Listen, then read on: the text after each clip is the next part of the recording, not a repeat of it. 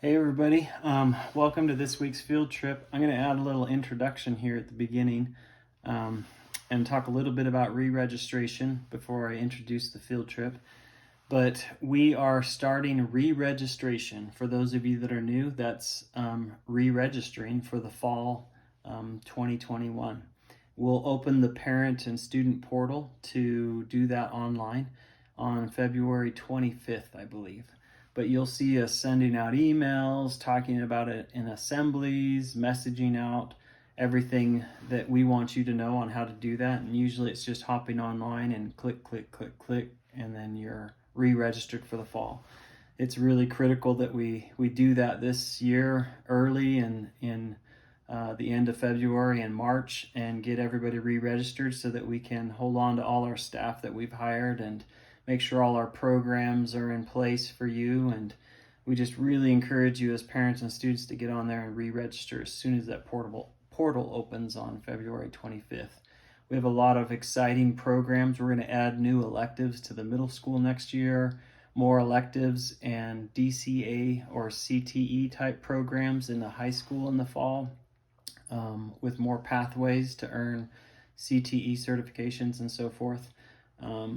And we're just really excited about what we have to offer. We're really excited about the new staff we hired this year and so grateful that our school is so big and that so many students are here, and we just really enjoy having you be a part of WIVA.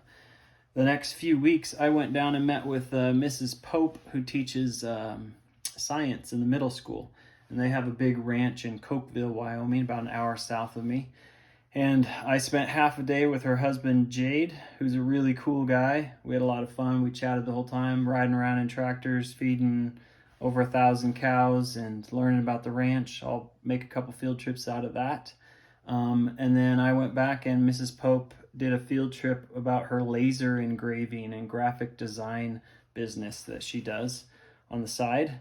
And then also, while I was in the office there, I saw a binder that said Miss Rodeo America. And I said, "You're Miss Rodeo America." She said, "Yes." In 2005, she had that great honor to do that. She traveled all over the country, 120 rodeos, 100,000 miles of traveling, and just represented America at all these rodeos. And it was fun to hear her talk about the national anthem. She actually teared up talking about the favorite part was riding the American flag out at all these rodeos and the 4th of July and in Cody. I'm getting chills right now and goosebumps just because I remember I got those chills and goosebumps as she talked about that, which is kind of fun, being patriotic and everything.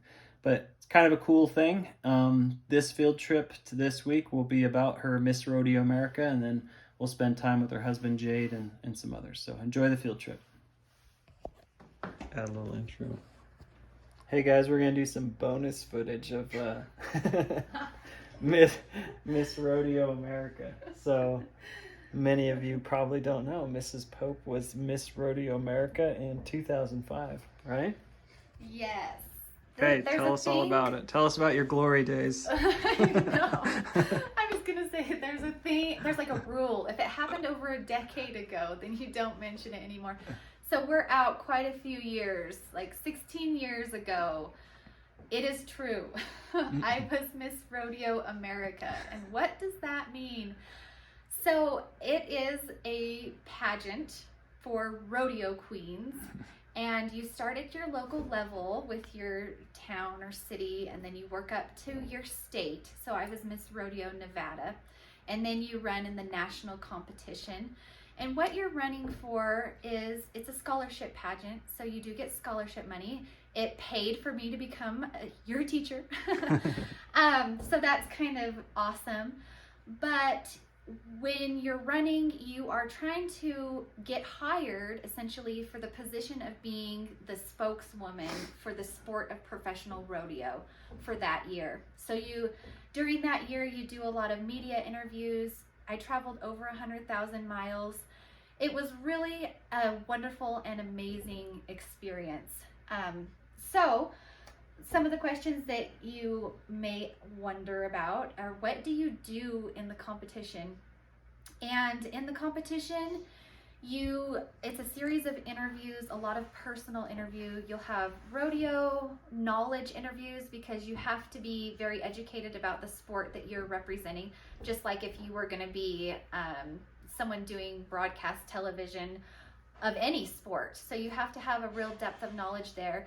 There's a horsemanship interview because we are horsewomen when we're fulfilling that role.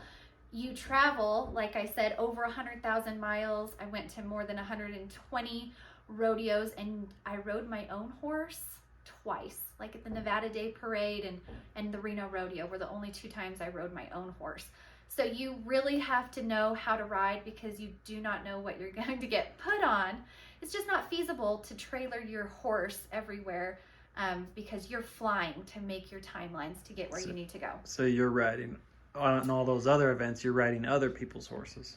Yes, and so when you get to the rodeo, a typical day in the life of a rodeo queen, you would wake up early in the morning and go to their local television station or radio station and tell people about the rodeo and try to get them pumped and sell those tickets. And then you may visit schools through the early morning. You go and read books, educate them about agriculture and rodeo. And then later in the afternoon, the rodeo starts generally around 5 and you're there. And your job is to be like a liaison between the crowd and the cowboys. You're kind of like the middle point, the thing that people can touch and talk to. Well, touch. Like you're tangible. You're out there in the audience. Little kids can pull your hair, right? That does happen. Yes, the little girls, they really do want to touch your crown. And rodeo queens are infamous for wearing the sparkly outfit and the chaps. We pulled up a couple. We'll blow the dust off. A couple sets of my chaps. So they're made of leather. They're heavy, but they sparkle out. I mean, it's a magnet for kids. Kids just want to touch you. And generally, rodeo queens have the long curly hair. These were the ones from when I was Miss Rodeo Nevada. So anyway, so you're wearing that, and you've got your shiny shirt and your crown. And the kids will want autographs, so you sign autographs for them. And then later into the evening, you may have dinner with sponsors and things. And then at the rodeo, you're also on the horse. And so you generally would carry the American flag during the national anthem, which I'll still tear up if I talk about it because there's nothing more amazing than carrying the American flag and representing that and having that honor night after night. Is probably one of my favorite parts. And then when there's the different roping events, you're moving the cattle that they've used out of the arena and keeping the arena clear. And there's a lot of rules and precision to that because these cowboys are competing for money. This is how they're making their living, and you don't want to mess it up. And so they generally will have Miss Rodeo America moving the cattle in the appropriate way. So like if you're in the calf roping and the cowboy gets off, he ties his calf and then he has to go get back on his horse. And then they wait 6 seconds before that calf is untied to make sure it had a nice tight tie. But if you're a rodeo queen, you never approach before the 6 seconds is up. If the calf saw you and tried to struggle, then you could cost that cowboy a lot of money. So there's a lot of rules and stuff like that. You might be kind of like a pretty face and you're wearing all the sparkles, but it's a very deep depth of knowledge about rodeo and horses as well. So during the competition, tons of interviews, lots of things on stage. You model fashion show dresses that generally are custom made for you. A lot of times they'll represent your state, like those Nevada chaps with the playing cards. And then horsemanship is the bulk of the points. So you're put on 2 different horses that you've never ridden and expected to execute a reining pattern on those horses. And you don't even get to warm the horse up. You get on the horse, someone else adjusts the length of your stirrups, and then you walk. right into the arena. They lead you into the arena, and then you're in front of the judges, and you have to make this horse you've never ridden perform. So who's better at riding horses, you or Jade? I would say if one is going to be naughty and it needs cowboyed on, that's Jade. If one needs a few finishing touches, that might be more of my alley. So anyway, it was a wonderful experience. And this is the saddle you won? Yes, so I was the 50th Miss Rodeo America. So everything that I won has the 50th logo on it, which is really special. And another neat thing about this saddle is I've never seen Black Hills Gold on a saddle before. And they put Black Hills Gold on this saddle. So that's why it's not out in my tack room. I'm like, I will take care of that and leave that inside. I did finally have a little girl. I was worried what was going to happen to all of this rodeo queening memorabilia. But after 3 boys, we got a little girl. So, not to say that she'll be a rodeo queen, but at least I have somewhere to put this stuff, because the only attention I've got from the boys about being a rodeo queen is, what were you, prom king of the rodeo? I'm like, well, kind of. So they keep you humble, but it feels like it was a lifetime away because it was so long ago, but it was a really neat. You showed me the scrapbook. Yeah, so part of the competition when you go to compete is scrapbook.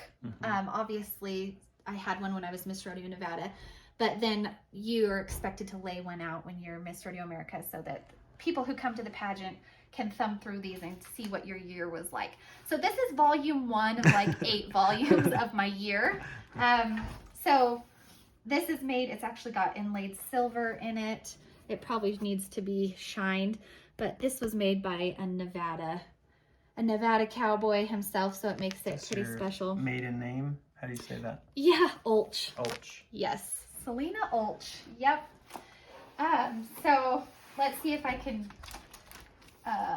Rose here's Parade. some pictures. Yeah, went to the Rose Parade. That was the first stop that I made when I was Miss Rodeo America. So you can see the rodeo queens. How we're talking, they wear the crown on their hat, and then generally, a lot of times, Are you a in leather any of these outfit. pictures? So yep. Oh, that's you. That's me. This is me right here. Yep, kind of crazy. This is my best friend from that year. So yeah. Tell them how you wore the wrong pants. Okay.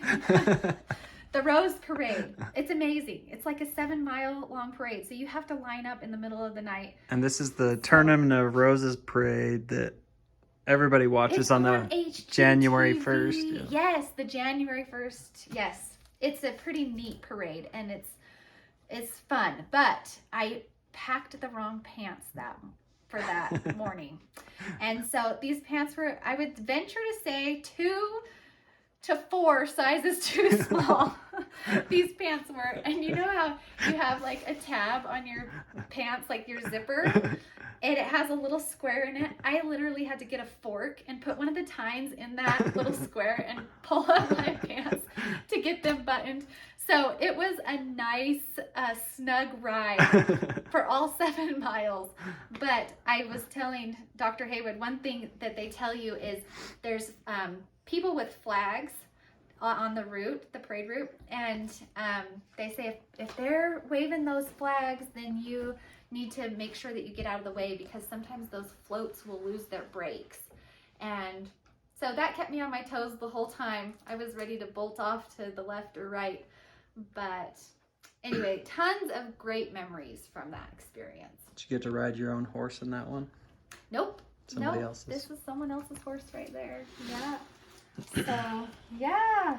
I mean, I'm just taking a walk down memory lane here. Yeah. So. Cool. Did you come to Wyoming? I did. I went to the Cheyenne Frontier Days. Do you have a Wyoming page in there or any? Probably another volume. Yeah, another volume. This covers through March. So this is like the first 3 months. And Cheyenne is in July. So. Do you remember the Frontier Days, Cheyenne? Oh, yes. One of the coolest things about the Frontier Days is you get to, the Surveys would bring these matching black horses, and the tack is all white, and it's slippery because they've painted these saddles to be white. So when you're a rodeo queen, you get the pleasure of riding one of these black horses down the track, and they announce you and you wave as you're running by on these horses. And that was the most exhilarating time in Cheyenne, and probably one of my biggest memories of the whole year is doing that flyby. They call it a flyby. And those horses are just headed for home, and you're going 90 miles an hour, and you're riding this saddle that's been painted so it's super slippery, and you might die any second. There's just all that excitement. Cool. So. Well, it sounds like fun. Oh, and Miss Rodeo America spends the 4th of July in Cody. And yeah, for years she's been there. And I remember 2 things from Cody. The first night, they had flags hung up all around the outside of the warm-up arena, and when the people are coming in, there's like a chain link fence, and they had all sorts of flags, and the wind blew so hard that those flags were taking flight, and they were like javelins flying through all the people in the warm-up arena. And that American flag in Cody was the biggest one I ever carried, because Wyoming has such great national pride, I think. But the flag was just there's the great legend, Trevor Brazil of rodeo. He's won more all-around titles than anyone else. And I remember he had to help me get into the arena, like carrying all of this fabric that goes with this flag. And then he's like, you're on your own. And it was all I could do to get that flag up there. Not like I have the biggest arm strength. But the second thing is the crowd singing the national anthem on the 4th of July in Cody is like nothing I have ever experienced before in my life. Everyone was singing, and it was loud. And so if you're ever going to go anywhere on the 4th of July, go to Cody and go to their rodeo. That's awesome. Yeah. Thanks, Miss Pope. Thank you. Bye.